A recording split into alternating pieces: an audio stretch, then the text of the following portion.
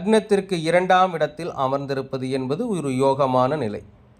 அப்போது சூரிய பகவானுடைய அதிதேவதையாகிய சிவபெருமானை இந்த ஜாதகர் தொடர்ச்சியாக வழிபட்டு வருவதன் மூலமாக ஒரு நல்ல உயர்ந்த ஒரு வருமான நிலை என்பது ஏற்படும். அதிலும் மிக முக்கியமாக சூரியனுடைய கதிர்வீச்சுக்கள் அதிகமுள்ள திருநெல்வேலி பாபநாசம் சிவன் கோயிலுக்கு ஞாயிற்றுக்கிழமை நாளில் சென்று வருகின்ற பொழுது இந்த ஜாதகருக்கு வருமான ரீதியான வகையில் உயர்வுகள் என்பது நிச்சயமாக உண்டு.